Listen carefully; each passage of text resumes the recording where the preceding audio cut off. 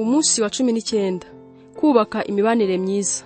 Mushobora kubana neza mukagenda mu buryo bunezeza Imana kandi mukabona imbuto zabyo iyo mugize umwete wo kubana neza amahoro. Buri wese agaha mugenzi w'agaciro kandi akamwubaha. Yakobo igice cya 3:18. Bashishikariraga ibyo intumwa zigishaga no kubana neza no kumanyagura umutsima no gusenga. Ibyakozwe n'intumwa igice cya 2:41. Kubana bisaba kubyitangira. Umwuka wera wenyine ni ushobora kurema ubusabane nyakuri hagati y'abizera, ariko abufumbiza ibyo duhitamo n'ibyo twemera kwitangira.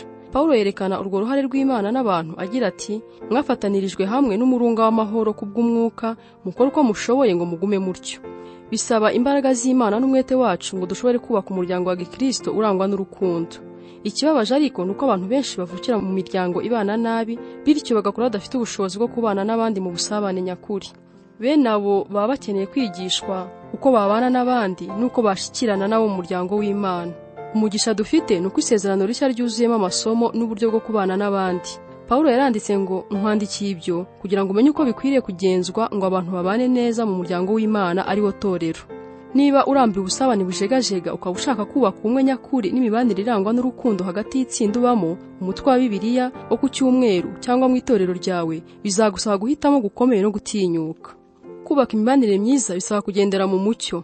Bizagusaba kugira umutwaro uhagije ngo utinyuke kuvuga ukuri mu rukundo n'igihe wumvaga wahitamo kuvuga uca hejuru y'ikibazo cyangwa ukakirengagiza. Nubwo kenshi icyoroshye ari ukwicecekera iyo abadukikije barimo gucagagurana kubera imyitwarire y'ibyaha, nta rukundo ruba rurimo iyo tubikoze dutyo.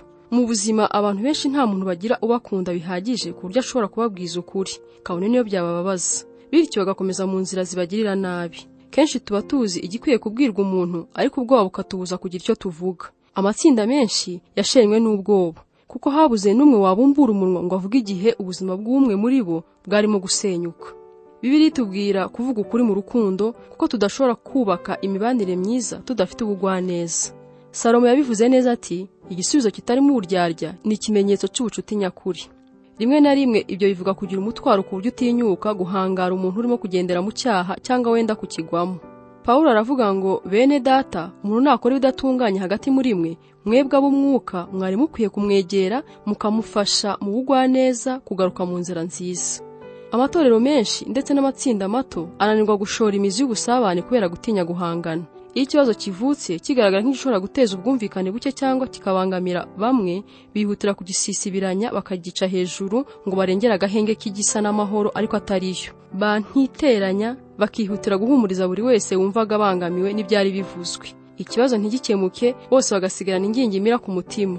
Buri wese akaba azi ko ikibazo gihari, ariko ntihagire utinyuka kugishyira ahagaragara. Bene ibyo bibyara indwara y'umwijima w'amabanga avukamo impuha n'amazimwe. Igisubizo cya Paulo kuri bene ibyo bibazo kiza kidaca hirya no hino, aho agira ati, bene data, mwiyambure ibinyoma, muve mu kwishushanya, mubwirane ukuri. Mu mubiri wa Kristo turi ingingo za bagenzi bacu. Iyo ubeshya abandi, amaherezo nabo wishuka. Ubusabane nyakuri, haba hagati y'abashakanye, hagati y'inshuti cyangwa mu itorero, buturuka mu kugendera mu kuri. Mu by'ukuri, umwijima w'amakimbirane niyo nzira yo kwinjira mu gukingurirana imitima mu mibanire yose. Iyo mutari mwagezaho urukundo rubatera gutinyuka guhangana no gukemura inzitizi zihishe mu mitima, ntabwo muzigera muhuza imitima by'ukuri. Iyo amakimbirane akemuwe neza, turushaho kwegerana ku gutinyuka guhangana n'ibidutandukanya no kubikemura. Bibiliya iravuga ngo, amaherezo abantu bishimira ubacyaha kuruta ubashyeshya. Kuvuga ukuri ntabwo ari kimwe no kwivugira ibyo ushaka byose, aho ushakiye n'igihe ushakiye. Ntabwo ari ukubura ikinyabupfura. Bibiliya ivuga ko hari uburyo bwiza n'igihe cyiza cyo gukora buri kintu.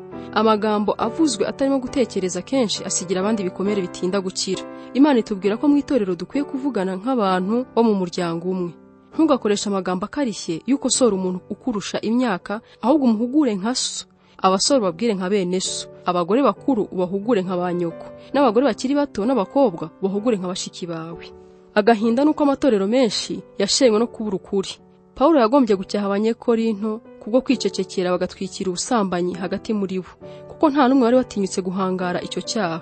Paulo arababwira ngo, ntimukwiye kwirebera hirya ngo mwirengagize mwibwira ko ikibazo kizikemura. Mugishyire mu mucyo mugikemure. Byaruta ko umuntu ababara agakorwa n'isoni kuruta ko yacirwaho iteka. Mukirenzaho nk'akantu gato, ariko siko biri. Ntabwo mwari mukwiye kwitwara nk'aho byose ari byiza, kandi umwe muri mwe wiyita umukristo aba mu busambanyi cyangwa mu buriganya, akaba asenga ibishushanyo cyangwa atuka abandi, akaba ari umusinzi cyangwa umwambuzi, ibyo ntimukwiye kubyihanganira ngo mufate nk'ibisanzwe cyangwa nk'imyitwarire yemewe. Ntabwo nitaye ku byo abo hanze bakora, ariko se ntitwaye dukwiye kwita ku byo abari hagati muri twe? Kubaka imibanire bisaba guca bugufi. Kwikakaza, kwishyira hejuru no kwiyemera kudakurwa kwizima bisenya ubusabane kuruta ikindi kintu cyose. Kwiyemera byubaka ibihome hagati y'abantu, guca bugufi byubaka amateme. Kwicisha bugufi niyo mavuta yoroshya kandi akomora imibanire. Niyo mpamvu Bibiliya ivuga ngo mukenyere kwicisha bugufi kugira ngo mukorerane. Umwambaro mwiza ukwiye w'abashaka kubana neza ni ukugira umutima wo guca bugufi. Igice gikurikira cy'uwo murongo kiravuga ngo kuko Imana irwanya abibone naho abicisha bugufi ikabaha ubuntu. Iyo niyo mpamvu yindi igomba kudutera kwicisha bugufi. Kwishyira hejuru bihagarika ubuntu bw'Imana, kandi tugomba kubugira ngo budutere gukura, guhinduka, gukira ibikomere no gufasha abandi. Tubona ubuntu bw'Imana iyo duciye bugufi tukemera ko tubukeneye.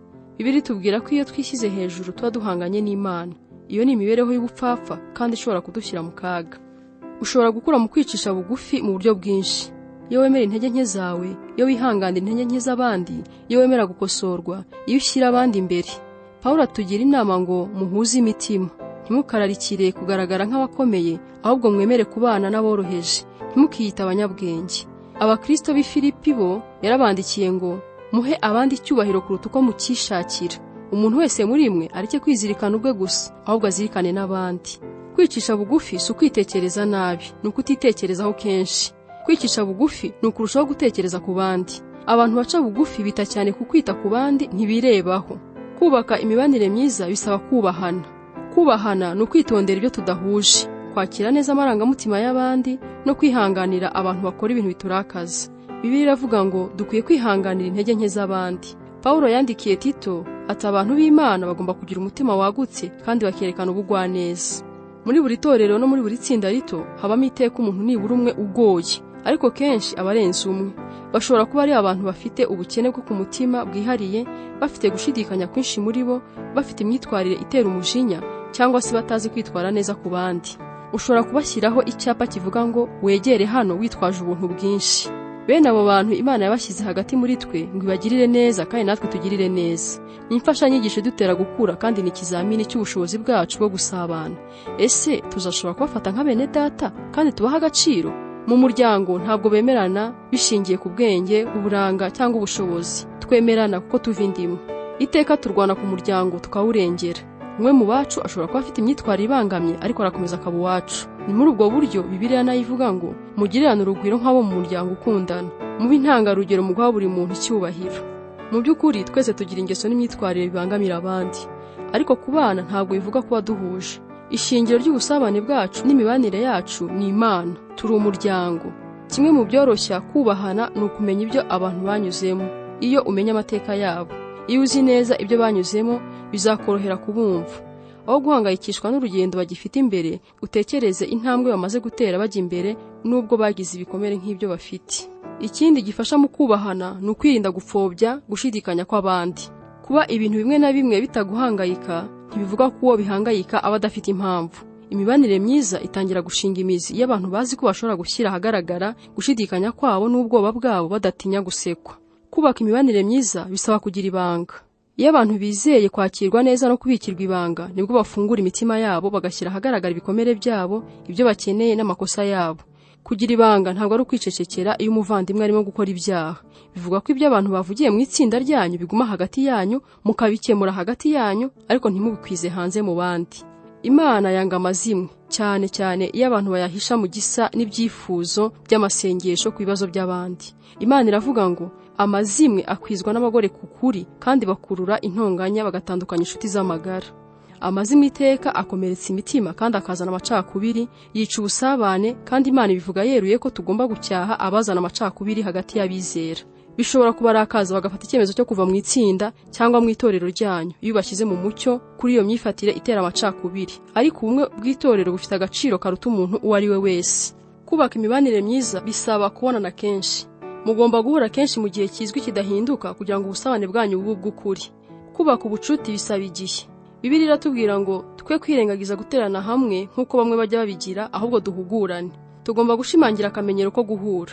Akamenyero ni ikintu ukora kenshi atari rimwe na rimwe gusa. Ugomba kumarana igihe n'abantu igihe cyinshi iyo ushaka kubaka ubumwe nyakuri. Niyo mpamvu ubusabane mu matorero menshi usanga butagira imizi. Nuko tutamarana igihe gihagije, n'icyo tumarana tuba duteze amatwi umuntu umwe gusa ari we uvuga. Ntabwo ushobora kubaka imibanire myiza uko wishakiye, nko kuvuga ngo tuzajya duhura igihe numva bindimo. Imibanire myiza yubakwa ku kumva ko ari ngombwa ngo ushobore gukura mu bugingo. Niba ushaka kubaka ubusabane nyakuri, bizasaba guterana n'abandi n'igihe wumva bitakurimo, ukabikorera ko uzi ko ari ngombwa. Abakristo ba mbere bahuraga buri munsi. Iminsi yose bakomezaga kujya mu rusengero n'umutima uhuye, bagahurira mu matsinda mato yo mu ngo, bakamanyagura umutsima, bagasangira ibyabo bishimye bashima Imana. Ubusabane busaba gutanga igihe. Niba muri mu itsinda rito cyangwa umutwe wo kwiga ijambo ry'Imana, reka mbagire inama yo kugirana amasezerano abagenga arimo ibintu 9 biranga iteraniro ryiza uko Bibiliya irivuga. Tuzabwirana uko turi ku mutima, ukuri, tuzaterana umwete, kuba magirirane, tuzashyigikirana imbabazi, tuzababarirana impuhwe, tuzabwirana ukuri mu rukundo, kugendera mu mucyo, tuzemera intege nke zacu, guca bugufi, tuzemerana nubwo tudahuje, kubahana, tuzirinda amazimwe, ibanga, kandi tuzabonera umwanya itsinda turimo kubonana kenshi. Iyo urebye urwo rutonde rw'ibikenewe, uhita usobanukirwa impamvu ubusabane nyakuri butaboneka kenshi. Bisaba kureka kwirebaho no kuba nyamwigendaho bisanzwe biranga kamere muntu kugira ngo wemere kwishingikiriza ku bandi. Ariko inyungu iva muri uko gusangira ubuzima iruta kuri ibyo biguzi biba byatanzwe, kandi bikadutegurira kuba mu ijuru. Gutekereza ku ntego y'ubuzima bwanjye. Ingingo yo kuzirikana. Imibanire myiza isaba kuyitangira. Umurongo wo gufata mu mutwe. Tumenya urukundo nyakuri icyo ari cyo iyo dusobanukiwe ko Kristo yatanze ubugingo bwe ku bwacu. Ibyo bivuga ko natwe dukwiye gutanga ubugingo bwacu ku bwa bene data. Yohana wa mbere igice cya 3 umurongo wa 16. Ikibazo cyo gutekerezaho.